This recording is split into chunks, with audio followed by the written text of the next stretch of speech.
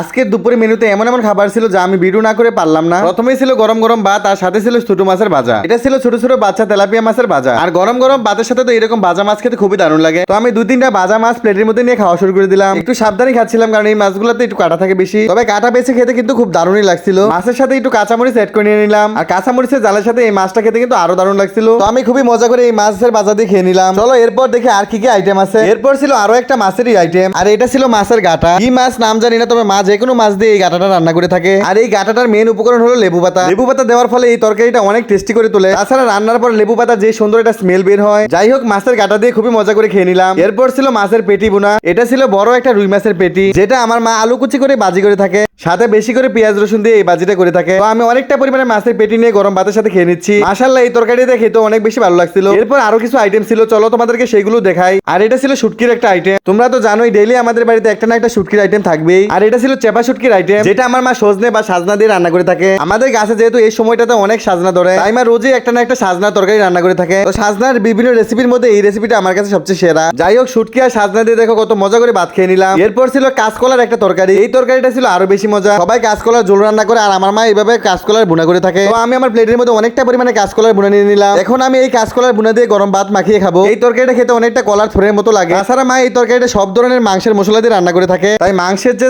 এই তরকারিটার স্বাদ কোনো অংশেই কম ছিল না। আর আমার যেহেতু এই তরকারিটা খেতে খুবই ভালো লাগে, তাই আমি একটু বেশি করে নিয়ে নিয়েছিলাম। আর সাথে কাঁচামরিচ হলে তো একদমই জমে যায়। তো আমি খুবই মজা করে কলার তরকারিটা দিয়ে ভাত খেয়ে নিলাম। চলো এরপর দেখি আর কি কি আইটেম আছে। এরপর মা রান্না করেছিল একটা শশার আইটেম, আর এটা ছিল শশার ঝোল, যেটা আমার মা বিলের ছোট পুঁটি মাছ দিয়ে রান্না করছে। শশা তো খেতে এমনিতেই অনেক ভালো লাগে, আর সেটা যদি তরকারি রান্না করা হয় তা আবার বিলের মাছ দিয়ে, তাহলে তো কোনো কথাই থাকে না। খুবই মজা করে খেয়ে নেই। তো যাই হোক, আমি অনেকটা পরিমাণে শশার তরকারি নিয়ে নিলাম, সাথে নিয়ে নিলাম কয়েক পিস মাছ। আর ভাতের সাথে এই তরকারিটা খেতে কিন্তু অসাধারণ মজা লাগছিল। মাশাআল্লাহ, আজকে দুপুরে খাবারটা আমার খুবই ভালো ছিল। তোমাদের কাছে আমার এই ভিডিওগুলো কেমন লাগে অবশ্যই কমেন্টে জানিও। তো আজ এই পর্যন্ত, দেখা হবে তোমাদের সাথে নতুন কোনো দিন নতুন কোনো ভিডিওতে। সে পর্যন্ত সবাই ভালো থেকো, আল্লাহ হাফেজ।